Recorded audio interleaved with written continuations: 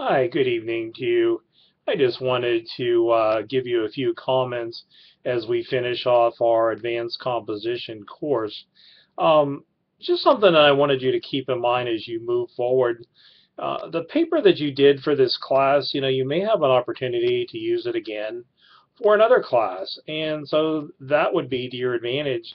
To me, it makes sense to really focus and know a topic in detail, and you're very, very conversant on it. And so, consider using your paper for a speech course in some form, perhaps for psychology, sociology, certainly, for health-related topics, a bio class or like anatomy and physiology or, something of that nature. I did also want to suggest to you that you may want to consider taking some of the courses that we have here. Like they have a forensics program, so they have introduction to forensics, forensic biology. They have forensic toxicology, and you can get like a certificate in that area. But it's for people that are interested in that particular area. But they have courses like how people die of drug-related deaths, and mixtures of drugs and alcohol. I saw over the weekend that there was somebody from one of these reality shows, maybe the Real World or one of those MTV shows, and he died after a night of partying. So it does happen. But anyhow, WCCC offers those courses. The majority of them are taught by Dr. John Del Mastro, and I think that they would be, interesting to take. Now, if you go on and get a bachelor's degree, or if you go on further from there, something you may want to consider is, extending your paper and getting into it further. So I had a student, her first name was Karen, for college writing. And her paper for college writing, her argument paper was on like herbs and medicinal plants and things like that. Do they work as well as, prescription medications? Are they good or are they bad? It was a really, really fascinating paper. And something that I learned from that paper that I did not know is Native American women used to eat this one plant. And of course, the plant had properties that they would be like a contraceptive. So since they were nomadic and they had to travel quite often, they couldn't have more than one or two children. So they would eat this plant so that they would not have more children. And so that obviously makes a lot of sense.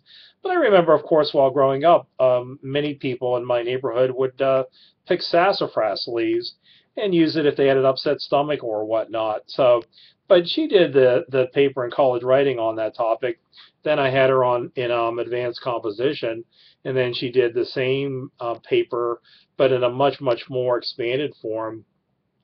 And then she went to college to get her bachelor's degree on in Wisconsin, and she actually got a biology degree, and she expanded the paper. She actually did it for like a senior research project, and so I think it was closer to 50 pages. But it was something that she was interested in and something that she worked on, and it was something that I very much enjoyed reading. The real benefits of taking an advanced composition class, in my opinion, is it gets you to read and evaluate sources much more. Today, we're so used to reading information from our cell phones or smartphones, on the computer screen and so on, but actually to read, assess, and evaluate sources is something that's very, very important. Something else that you should really learn to do, and something that I try to emphasize a great deal, is to introduce your sources, to say, so not everyone knows all these varied sources, so it does help to introduce them. And even if you said, like, Dr. Michael Ritzik, what sort of doctor that I am. Am I a chiropractor, a college professor, an optometrist, ear, nose, and throat? So it does help to give a person's background, when you are doing such a thing. When you're writing a paper, and the same thing with like the Mayo Clinic, everyone knows that, over the Centers for Disease Control. But some of these, like BetterHealth.org, who knows that one? So it does help to really introduce it. Now, the other thing that's important to do, obviously, is to advance a thesis, but to draw conclusions as you write, which to me is really, really important. And that's probably the most essential part. You're advancing a thesis, and you're drawing your conclusions. So that's something that I try to stress. One other point that I hope that you've learned from this class: research writing too doesn't have to be just text. You can lay out, like, bullet the main topics. You can use headings. You can certainly use visuals in your paper. You can use bullets to break up points.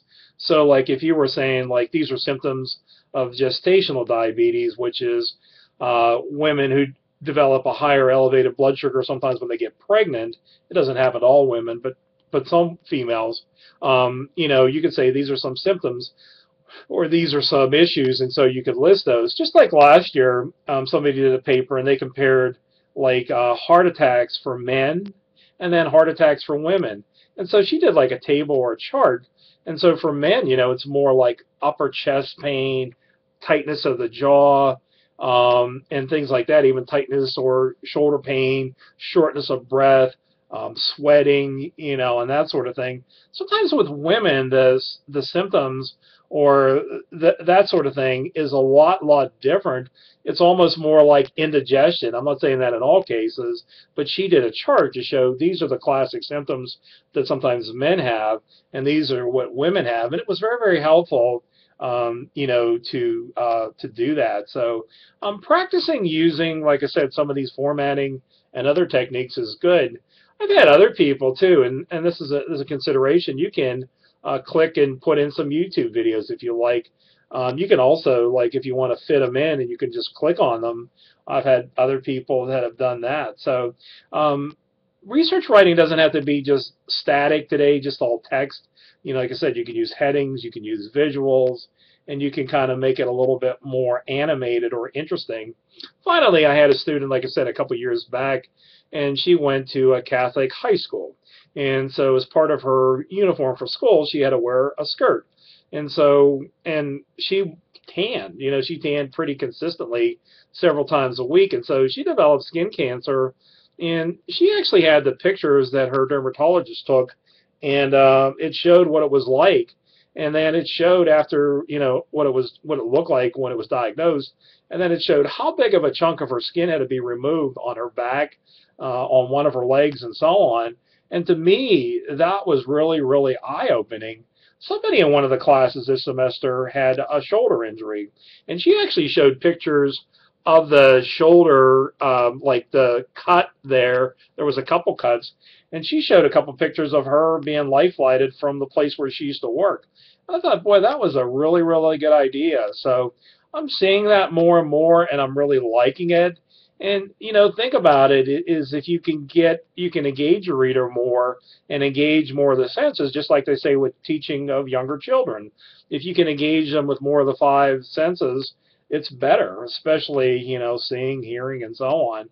But like I said, hopefully, you gain some benefit from this class.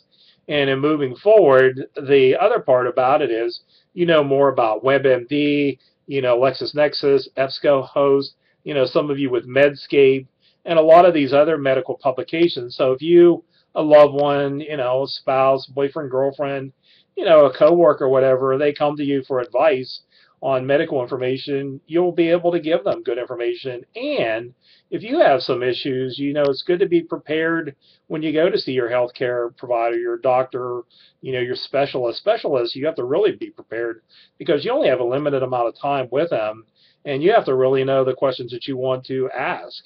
And, finally, like, if you had something like cancer, and if you went to one of these, like, cancer treatment centers of America, they give you, nutrition. They have a psychiatrist, a psychologist that deals with you, an oncologist, a radiation therapist, a team of nurses. So, if you ever go through something like that, it's good to ask questions that you might want to have answered, because they will be prepared to answer them, but you have to be prepared to do the research. So that's all I wanted to say for tonight. Thanks.